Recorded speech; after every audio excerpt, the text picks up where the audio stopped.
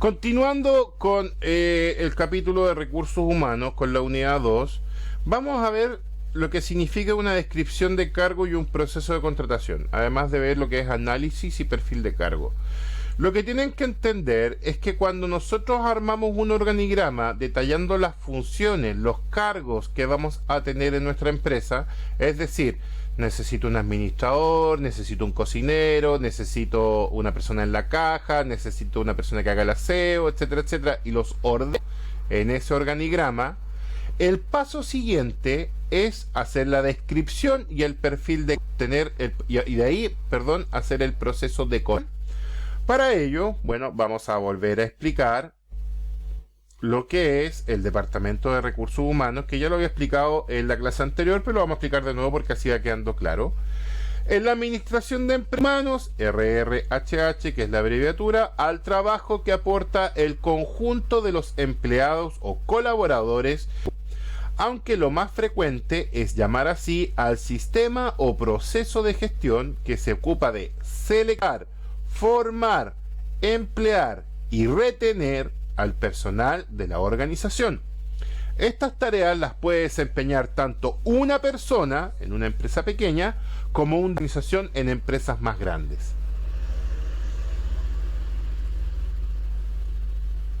Por ejemplo, para ponerles un ejemplo, en una empresa grande hay un departamento de recursos humanos, por ejemplo, en la misma INACAP, donde cuando contratan, por ejemplo, un profesor, que fue el caso mío, se llama a concurso, se postula, se mandan los currículum, seleccionan los currículum, ven a quién llamar a entrevista, llaman a entrevista, hacen algunas pruebas, por ejemplo, se hacen unas pruebas de clases en directo, y posteriormente se toma la decisión y se ve a quién contrata. Igual es un proceso un poco largo, ¿ya? En cambio, en una empresa más pequeña también no se llama concurso, sino que se publica generalmente que se necesita una persona, se reciben los currículum, se ven los más interesantes, se llama una entrevista personal con la persona que está a cargo, que generalmente es el administrador, y él decidirá a quién contratar.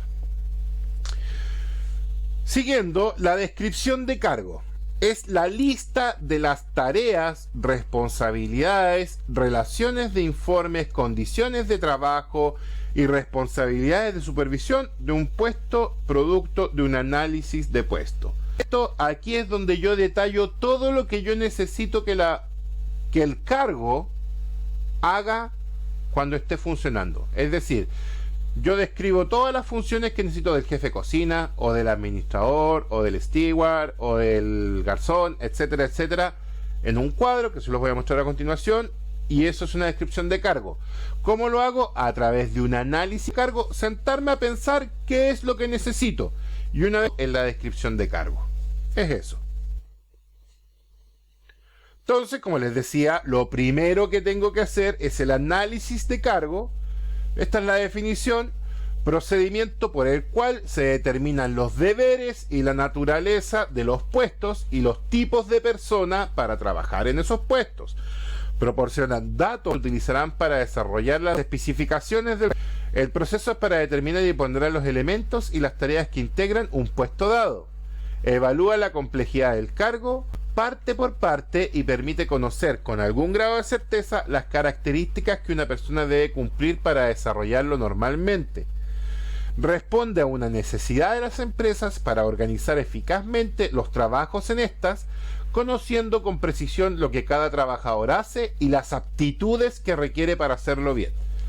En resumen, en este paso yo me siento con la gente de recursos humanos, o los dueños de la empresa, o los administrativos, depende.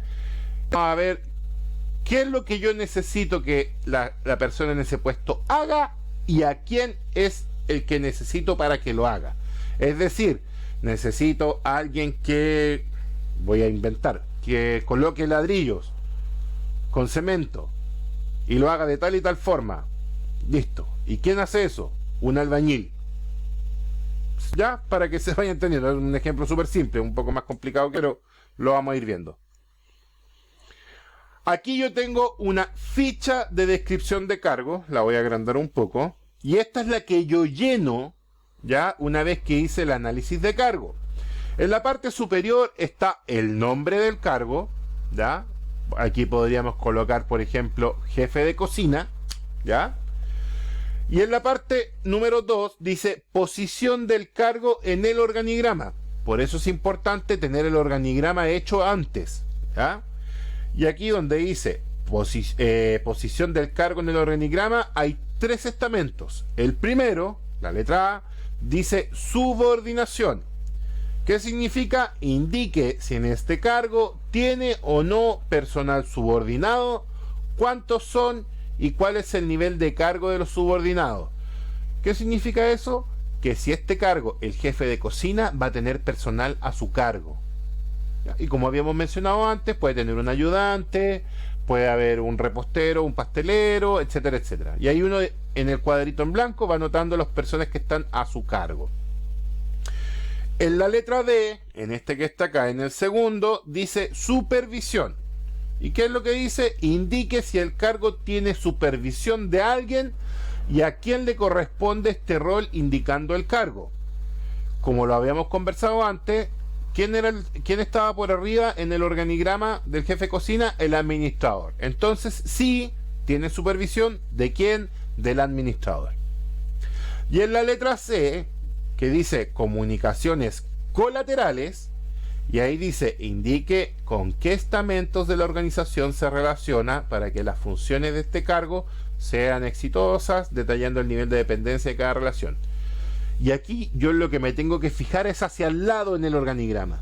Y se acuerdan que habíamos mencionado en el organigrama de que al lado del jefe de cocina podía estar el jefe de salón y el jefe de bar. Esas son sus comunicaciones colaterales, ¿ya? Los que están al mismo nivel que él en el organigrama, aunque estén en otra rama, ¿ya? En la parte número 3, donde dice contenido del cargo, dice una relación es una lista de las principales tareas que corresponden a este cargo y el porcentaje de tiempo laboral que estima usted dedica a cada una de ellas. Y en estos cuadritos en blanco yo voy anotando las funciones que yo quiero que cumpla el jefe de cocina, ¿no es cierto? Lo que yo espero que él haga en su trabajo y el porcentaje que debiese aproximadamente dedicarle a cada una de ellas, ¿ya? Y eso es una ficha de descripción de cargo. Voy a pasar acá primero. Ya. Acá tenemos el perfil de cargo, ¿ya? ¿Qué es el perfil de cargo? Aquí es donde yo describo a la persona que necesito para que cumpla lo que necesito en la descripción de cargo. En la descripción de cargo que hice, el cargo era jefe de cocina. Entonces yo lo que voy a ver ahora es a quién necesito para que trabaje de jefe de cocina. Y aquí hay un ejemplo que hizo un operador, pero voy a ir cambiando los términos un poco. Y aquí, nombre jefe de cocina, para seguir con el ejemplo anterior. Funciones generales, persona que está a cargo de la cocina y de la producción, de los platos, etc. Funciones específicas, aquí repito las mismas funciones que coloqué en la descripción de cargo, ¿ya? Son las mismas. Conocimientos académicos, ¿qué es lo que yo pretendo en estudios que haya tenido o en capacitación? Entonces uno podría decir perfectamente educación superior en gastronomía internacional. Listo. O ocupar Excel, que sepa algo de contabilidad, que sepa inglés, ahí va a depender de nuestras necesidades. Y él coloca acordes con el cargo, para no meterse la pata a los caballos, pero obviamente una conciencia de qué es lo que necesita físicamente para un cargo, ¿ya? No es discriminación, pero en el fondo yo necesito tener muy en claro que ciertas restricciones físicas no me van a funcionar en algún cargo o en alguna función, ¿ya? Si fuese un cargo administrativo da exactamente lo mismo, pero cuando son cargos de producción, personas que tienen que estarse moviendo, si de repente estoy buscando a alguien que trabaje, por ejemplo, en producción o que esté manejando un vehículo, obviamente hay ciertas cosas que, por ejemplo, si yo estoy buscando un chofer, no puedo contratar un chofer ciego. ¿Cómo es que se llama? Físico o... Una vez tengo determinado mi perfil de contratación. Acá hay un ejemplo. También les voy a subir cómo se puede construir un flujograma, ¿ya? Pero acá hay un ejemplo de selección de personal. Entonces, por ejemplo, todo va a partir, bueno, aquí con el inicio, ¿no es cierto? Esto se llama flujograma, F de gramas. Acá tengo el inicio y cómo parte esto con una vacante. Esta vacante puede ser por un puesto nuevo o puede ser porque alguien se fue y el puesto quedó vacío. Y aquí, según este flujograma, me indica que la fuente de reclutamiento, que es donde comienza el proceso, puede ser externa o puede ser interna. ¿Qué quiere decir eso? Que puedo escoger a alguien dentro de la empresa, es decir, promoverlo. A lo mejor está en un cargo más bajo y yo quiero promoverlo a un cargo más alto, o que puede ser externa, y eso es cuando busco a alguien de afuera de la empresa. En el caso de la interna, lo que se hace es simplemente revisar los expedientes de los trabajadores que puedan tomar esa vacante y se selecciona. Así de simple. Actualización de expediente, promoción. Listo. En el caso de la externa, lo que se hace es una recepción de currículums, de currículum vitae. Y aquí revisión de los originales, revisión de las políticas y de todos los currículums que llegan, se eligen algunos y se les hace una entrevista personal. Y aquí en el proceso de reclutación de aprobamiento, si no lo aprueba, sale del proceso. Y si lo aprueba, que no se alcanza a ver, ahí voy a moverlo un poquito.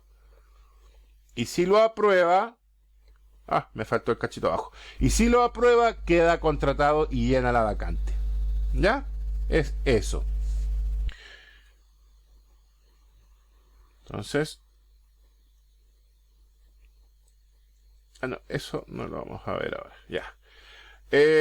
Entonces, para que quede claro, en lo que es armar el organigrama, una vez que armo el organigrama, hago la descripción de los cargos de cada uno de los cargos que fijé en el organigrama. Una vez que hice eso, hago el perfil de la persona que necesito en esos cargos y posteriormente se hace el proceso de contratación.